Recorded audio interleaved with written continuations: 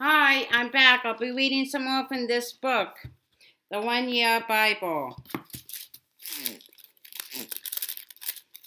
April 27th, Judges chapter 7, verse 1 to Judges chapter 8, verse 17.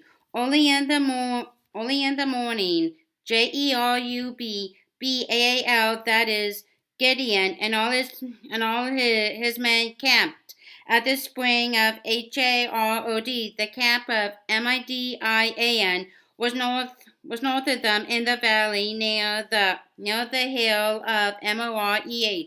The Lord said to Gideon, "You have too many men for me. You have too many men for me to deliver Midian into their hands, in order that Israel may not boast against me that her own strength has saved her. Announce now to the people, anyone who trembles with fear may turn back and leave Mount Gilead." So 22,000 men left, while 10,000 remained. But the Lord said to Gideon, "There were still too many men. Take them down to the water, and I will shift them for you there. If I say, 'This one shall go with you,' he shall go. But if I say, 'This one shall not go with you,' he shall not go." So Gideon took the men down to the water. There the Lord told him, "Separate those who lap the water with their tongues, like a dog, from those who kneel down to drink." 300 men lapped with their hands to their mouth. All the rest got down on their knees to drink. The Lord said to Gideon, "With the 300 men that lapped, I will save you and give the Midianites into your hands. Let all the other men go, each to his own place." So Gideon sent the rest of the Israelites to the tents, but kept the 300 who took over the provisions and trumpets of the others. Now the camp of Midian lay below him in the valley. During that night the Lord said to Gideon, "Get up, go down against the camp, because I am going to give it into your hands. If you are afraid to attack, go down to the camp with your servant Purah, and listen to what they are saying. Afterward, you will be encouraged to attack the camp." So he and Purah, his servant, went down to the outpost of the camp, the Midianites, the Amalekitites, and all the other eastern people had settled in the valley, thick as locusts. The camels could no more be counted than the sand on the seashore. Gideon arrived just as the man was telling a friend his dream. "I had a dream," he was saying. "A round loaf of barley bread came tumbling into the Midianite camp. It struck the tent with such force that the tent overturned and collapsed." His friend responded, "This can't be nothing other than the sword of Gideon, son of Joash, the Israelite. God has given the Midianites and the whole camp into his hands." When Gideon heard the dream and its interpretation, he worshipped God. He returned to the camp of Israel and called out, "Get up! The Lord has given the Midianite camp into your hands," dividing the 300 men into 3 companies. He placed trumpets and empty jars in the hands of all of them with torches inside. "Watch me," he told them. "Follow my lead. When I get to the edge of the camp, do exactly as I do. When I and all who are with me blow our trumpets, then from all around the camp blow yours and shout for the Lord and for Gideon." Gideon and the 100 men with him reached the edge of the camp. And reached the edge of the camp at the beginning of the middle watch, just after they had changed the guard. They blew their trumpets and broke the jars that were in their hands. The three companies blew the trumpets and smashed the jars, grasping the torches in their left hands and holding in their right hands the trumpets they were to blow. They shouted, "A sword for the Lord and for Gideon," while each man held his position around the camp. All the Midianites ran, crying out as they fled. When the 300 trumpeters sounded, the Lord caused the men throughout the camp to turn on each other with their swords. The army fled to Bethshittah towards Zererah as far as the border of Abel Meholah near Tabbath. Israelites from Naphtali, Asher, and all Manasseh were called out, and they pursued the Midianites. Gideon sent messengers throughout the hill country of Ephraim, saying, "Come down against the Midianites and seize the waters of the Jordan ahead of them as far as Bethshean." So all the men of Ephraim were called out, and they took the waters of the Jordan as far as Bethshean. They also captured two of the Midianite leaders, Oreb and Zeeb. They killed Oreb at the rock of Oreb and Zeeb at the winepress of Zeeb. They pursued the Midianites and brought the heads of Oreb and Zeeb to Gideon, who was by the Jordan. Judges chapter 8. Now the Ephraimites asked Gideon, "Why have you treated us like this? Why didn't you call us when you went to fight Midian?" And they criticized him sharply, but he answered them, "What have I accomplished compared to you? Aren't the gleanings of Ephraim grapes better than the full grape harvest of Abiezer? God gave Oreb and Zeeb, the Midianite leaders, into your hands. What was I able to do compared to you?" At this, the resentment against him subsided.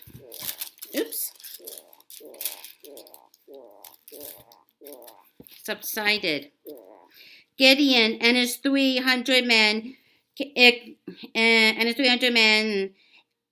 exhausted, yet keeping up the pursuit, came to the Jordan and crossed it. He said to the men of Succoth, "Give my troops some bread. They are worn out, and I am still pursuing Zebah and Zalmunna, the kings of Midian." But the officials of Succoth said, "Do you already have the hands of Zebah and Zalmunna in your possession? Why should we give bread to your troops?" Then Gideon replied, "Just for that, when the Lord has given Zebah and Zalmunna into my hand, I will tear your flesh with desert thorns and briars. From there he went up to Peniel and made the same request of them. But they answered as the men of Succoth had. So he said to the men of Peniel, when I return in triumph, I will tear down this tower. Now Zebah, Zalmunna were in Karkor with a force of about 15,000 men. With a force of about 15,000 men, all that were left of the armies of the eastern people, 120,000 swordsmen had fallen. Gideon went up by the route of the Normans east of Nobah and Jogbehah and fell upon the unsuspecting army. Zebah, Zalmunna, the two kings of Midian fled, but he pursued them and captured them, wounding their entire army. Gideon, son of Joash, then returned from the battle by the pass of Heres. He caught a young man of Succoth and questioned him, and the young man wrote down for him the names of the 77 officials of Succoth, the elders of the town. Then Gideon came and said to the men of Succoth, Here are Zebah and Zalmunna, about whom you taunted me by saying, Do you already have the hands of Zebah and Zalmunna in your possession? Why should we give bread to your exhausted men? He took the elders of the town and taught the men of Succoth a lesson by punishing them with desert thorns and briars. He also pulled down the tower of Peniel and killed the men of the town. Luke chapter 23, verses 13 to 43. Pilate called together the chief priests, the rulers, and the people.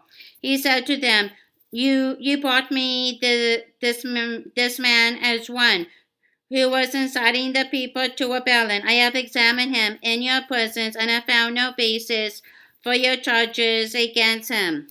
Neither has Herod, for he sent him back to us, as you can see. He has done nothing to deserve death. Therefore, I will punish him and then release him.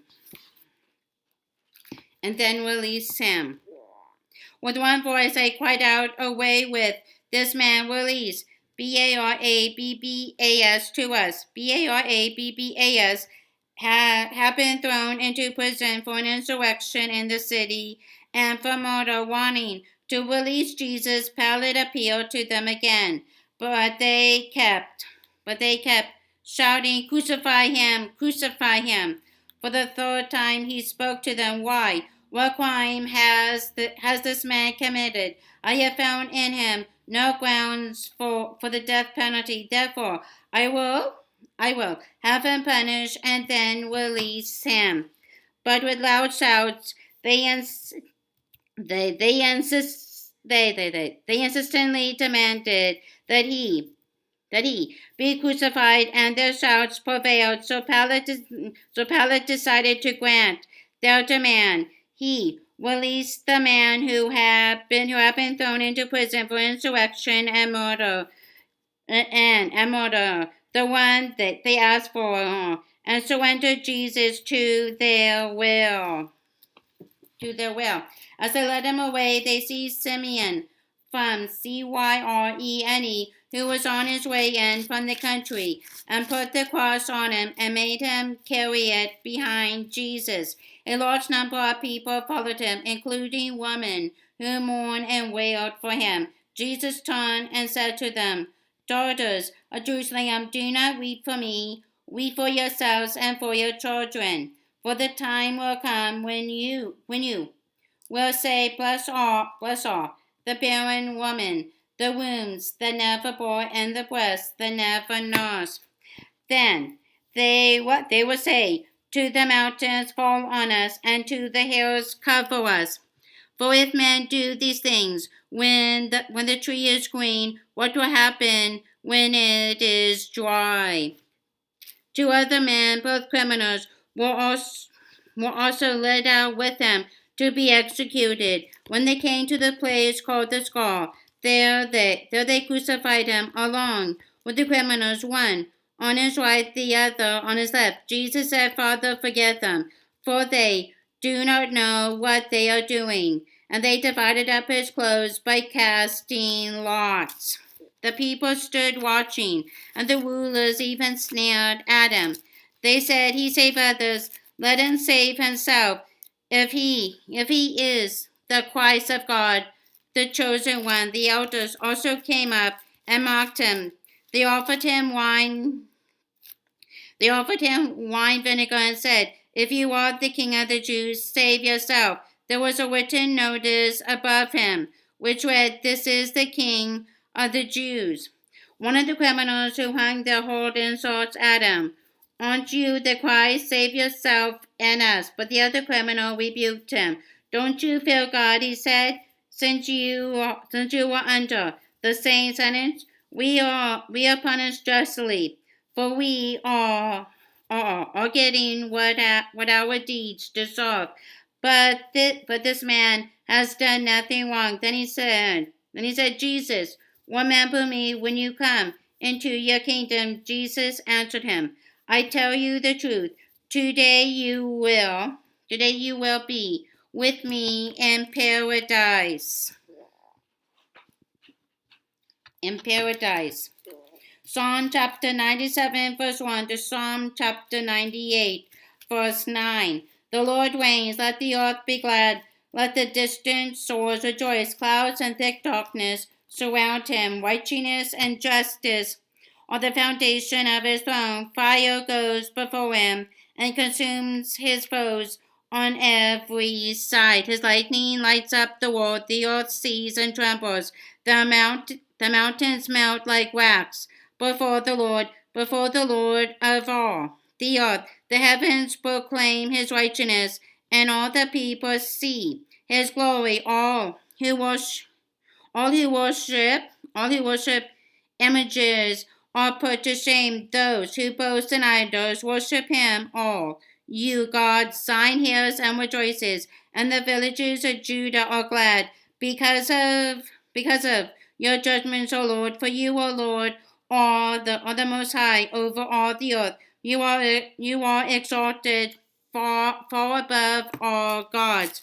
Let those who love the Lord hate evil, for he guides the lives of his faithful ones and delivers them from the hand of the wicked. Light is shed upon the righteous, and joy on the upright in heart. Rejoice in the Lord, you who are righteous, and praise his holy name. His holy name. His holy name.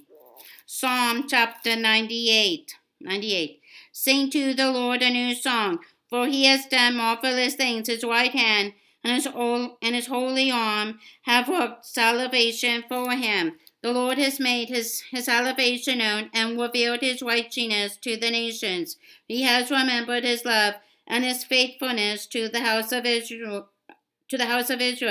All the ends of the earth have seen the salvation of our God. Shout for joy to the Lord, all the earth bursts into jubilant song with music. Make music to the Lord with the harp. With the harp and the sound of singing, with trumpets and the blast of the ram's horn. Shout for joy before the Lord the King. Let the sea resound and everything in it, the world and all who live in it. Let the rivers clap their hands. Let the mountains sing together for joy. Let them sing before the Lord, for he comes to judge the earth. He will judge the world in righteousness and the peoples with equity. Proverbs chapter 14, verses 7 to 8. Stay away from a foolish man, for you will not find knowledge on his lips. The wisdom of the prudent is to give thought to their ways, but the folly of fools is deception. Okay, that's it for April 27th. Bye for now.